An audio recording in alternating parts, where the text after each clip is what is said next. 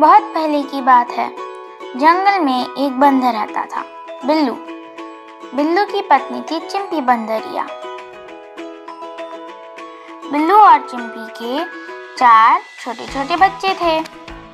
दोनों अपने बच्चों को बहुत प्यार करते थे, लेकिन ये छोटे बंदर बड़े शरारती थे।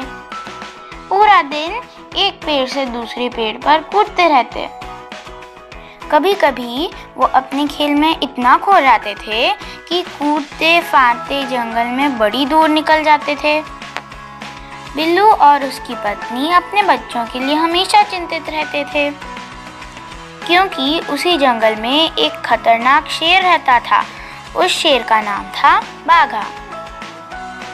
बाघा बहुत ही बड़ा और मोटा था और वह हमेशा भूखा रहता था। दिन में कई बार वो शिकार करने के लिए अपनी गुफा से बाहर निकलता था और जानवरों को मारकर खा जाता था। जंगल के सारे जानवर बाघा से बहुत डरते थे। एक दिन बिल्लू बंदर के बच्चे खेलने के लिए घर से बाहर निकले और बहुत देर तक वापस नहीं आए। बिल्लू ने अपने घर के आसपास हर जगह उन्हें ढूंढा, लेकिन बच्चे कहीं नहीं मिले। अब बिल्लू और चिंपी बहुत घबरा गए। चिंपी ने रोते हुए कहा, कहीं बाघा ने हमारे बच्चों को मारकर खा तो नहीं लिया।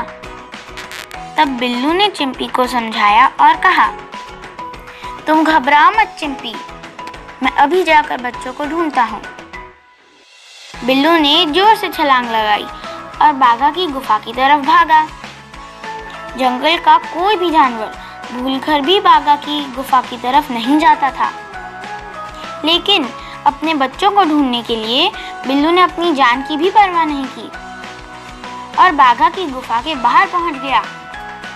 वहां पहुंचकर बिल्लू एक झाड़ी के पीछे छुप गया और सावधानी से गुफा के अंदर से आती आवाज को सुनने की कोशिश करने लगा। थोड़ी ही देर के बाद उसे गुफा के अंदर से अपने बच्चों की आवाज सुनाई दी।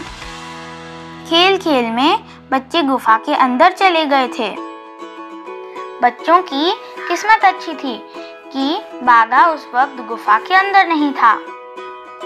वो शिकार करने के लिए बाहर गया हुआ था।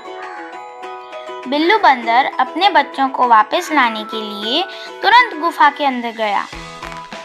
वे सभी गुफा से बाहर निकलने ही वाले थे कि तभी बिल्लू को बाघा की आवाज सुनाई दी। बाघा अपनी गुफा की ओर ही आ रहा था। बिल्लू बहुत डर गया, लेकिन उसने सोचा अब जल्दी ही कुछ करना पड़ेगा, तभी वो अपनी और अपने बच्चों की जान बचा पाएगा। बिल्लू ने शांत दिमाग से सोचा और तुरंत अपने मन में योजना बना ली।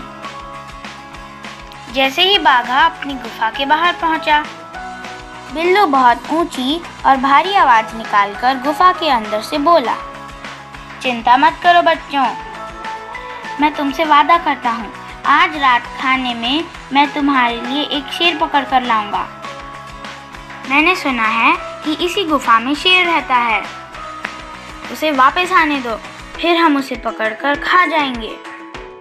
बाघा ने अपनी गुफा के बाहर से ये बातें सुनी तो वो हैरान रह गया।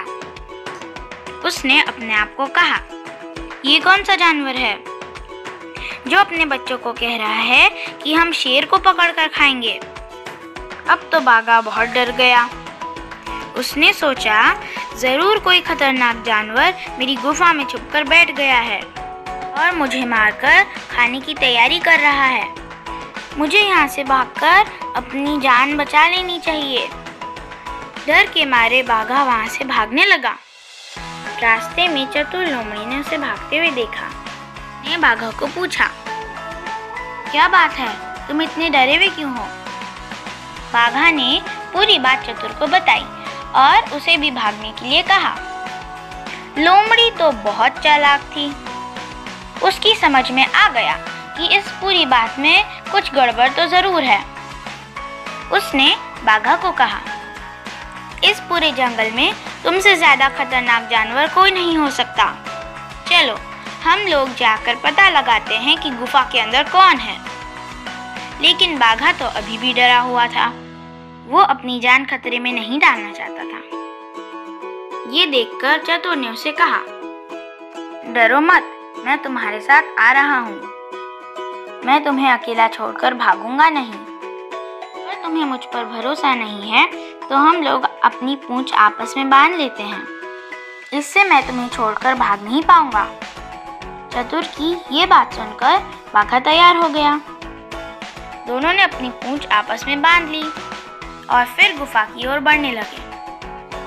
बिल्लू ने देखा कि बाघा चतुर लोमड़ी के साथ वापस आ रहा है। ये देखकर भी बिल्लू घबराया नहीं। फिर वो और भी ज्यादा ऊंची आवाज में बोला, देखो बच्चों, मैंने अपने दोस्त लोमड़ी को कहा था कि वो तुम्हारे लिए शेर पकड़ कर लाए। वो देखो, वो एक शेर के साथ आ रहा है। हमारा खाना तैयार है। बिल्लू की ये बात सुनकर बाघा को बड़ा झटका लगा। उसने सोचा कि चतुर उसे धोखे से उस खतरनाक जानवर के पास ले जा रहा है। बाघा पीछे मुड़ा और अपनी पूरी ताकत लगाकर जान बचाने के लिए भागा। वो ये भूल गया कि उसकी पूंछ तो चतुर की पूंछ के साथ बंधी हुई है। बाघा के साथ चतुर भी पीछे पीछे घिसटने लगा। तभी रास्ते पे बाघा एक चट्टान से टकराया। बंधे होने की वजह से दोनों संतुलन नहीं बना पाए और चट्टान से नीचे खाई में जाकर गिर गए। उधर बिल्लू बंदर बड़ी होशियारी से अपने बच्चों को गुफा से बाहर निकाल लाया और सबके साथ सुरक्षित अपने घर पहुंच गया। तो दोस्तों, देखा आपने, अगर हमारे पास बुद्धिमानी, चतुराई और बहादुरी की ताकत हो तो हम बड़े से बड़े खतरे से भी बच सकते हैं। मुसीबत आने पर घबराना नहीं चाहिए, बल्कि शांत होकर सोचना चाहिए। जो व्यक्ति शांत होकर सोचता है और अपनी बुद्धि का सही उपयोग करता है, वो हर खतरे का सामना कर सकता है।